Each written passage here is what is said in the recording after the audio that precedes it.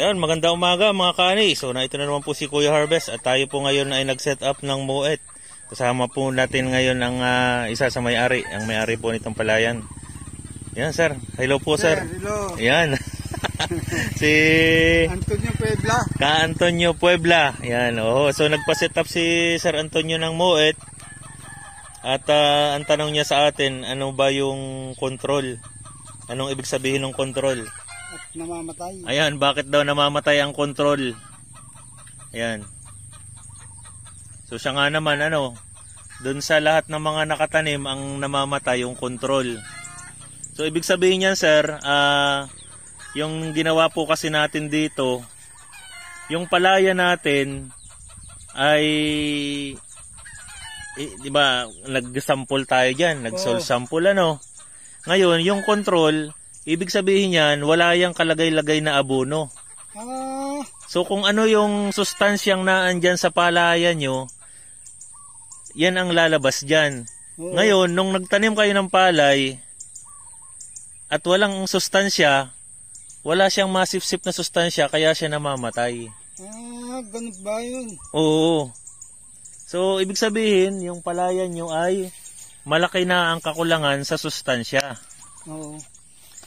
Oo. Ngayon, yung palaya nyo, kapag nilagyan nyo naman ng abono na complete fertilizer, complete NPK, complete fertilizer, ganito ang itsura ng palaya nyo kapag may complete fertilizer. Ay, di ba? Magaganda ang palay. O yan. Ibig sabihin, may kumpleto na fertilizer yung palaya nyo. Kaya maganda, unang arangkada pa lang, sasabugan nyo na ng complete fertilizer. Dahil kung hindi nyo sasabugan, ganito ang mangyayari sa palay mo. Tutulad sa control. Tutulad sa control dahil walang abono. Oh. So yan po ay bibisitahin pa natin sa susunod na mga panahon.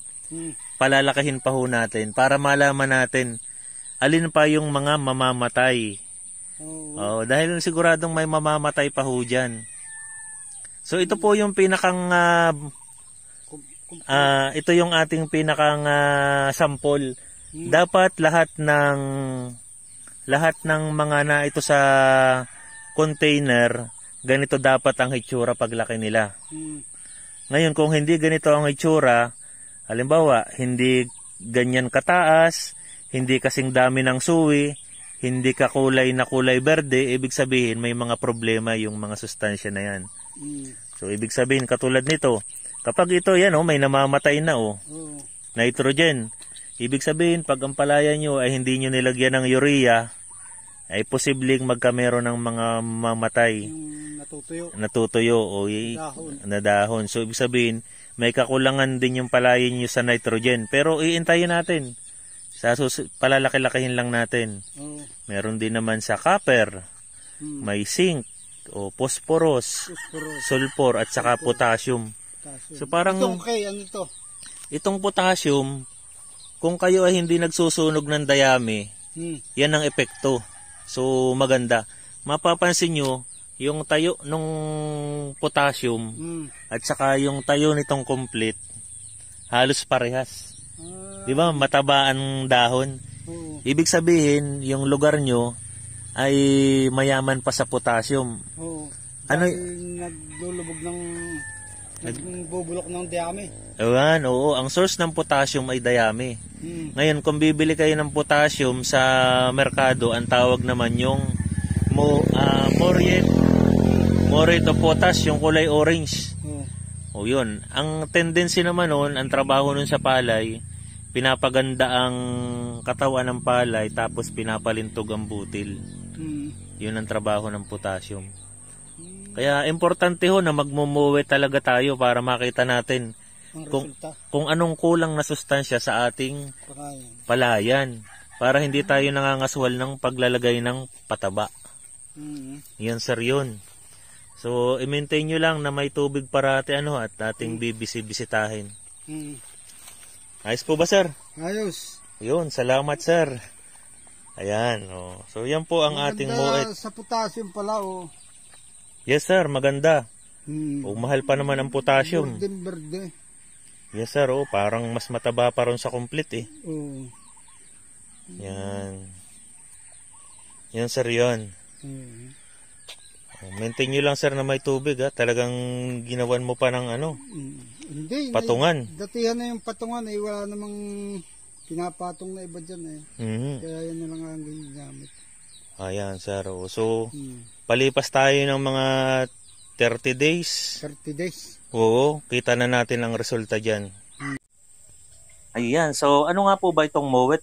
Yung -1 element technique. Tama-tama po ito sa pagsisimula ng ating pagtatanim ngayon. Maiging simulan ang ating paghahanda ng lupa sa pamamagitan ng pagsusuri nito. Dahil malaking bahagi o porsyento ng pagdami ng butil ay sa pamamagitan ng sustansya na ibinibigay ng lupa. Kaya dapat po ay tama ito. So, ito pong MOWET ay napakaganda. Pag may pagkakataon, lagi kong binabanggit sa inyo. Sapagkat humahanga po ako ng gusto dito.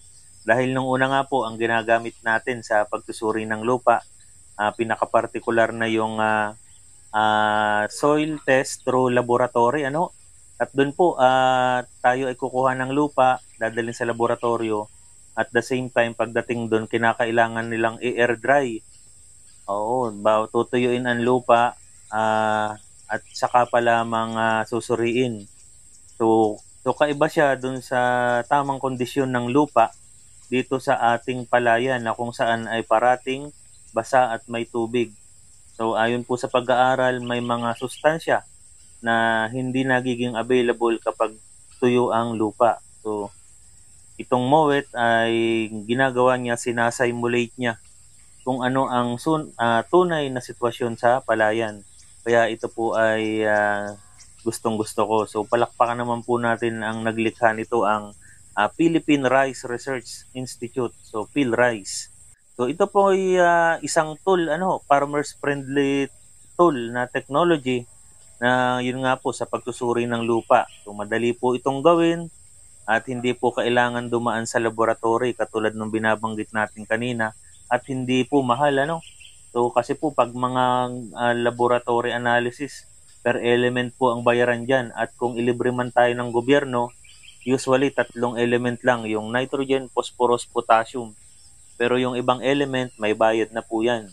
Pero ang MOWET, meron siyang NPK, may copper, may sulfur, may zinc, at ito po yung mga sustansya na kinakailangan po ng palay natin sa paglaki. Yan po, yan yung major problem na nakita ng PhilRice dito sa Pilipinas, sa bansa natin. So yun po yung kulang na sustansya sa palaya natin. So dito nga po, palay na mismo ang nagsasabi kung anong kulang na sustansya sa kanya, i-interpret na lamang natin.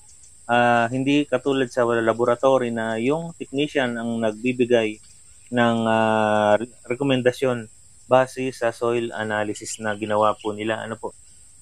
So paano po gamitin ang MOWET? So number 1 po, kumuha po ng 35 kilos na soil sample o 8 container po. Kinakailangan din po ng 8 container na 6 liters o 4 liters. Tapos po sa 10 lokasyon ng palaya nyo, kinakailangan po kumuha po tayo doon ng lupa, 20 cm ang lalim. Ayan, sapagkat yun lang naman po ang tinatakbuhan ng ating ugat ng palay po natin.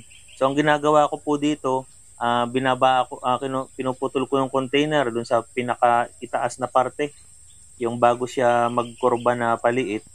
At kada isang container, yun po yung dinadala ko sa palayan. At saka po yun po ang pinaglalagyan ko ng putik.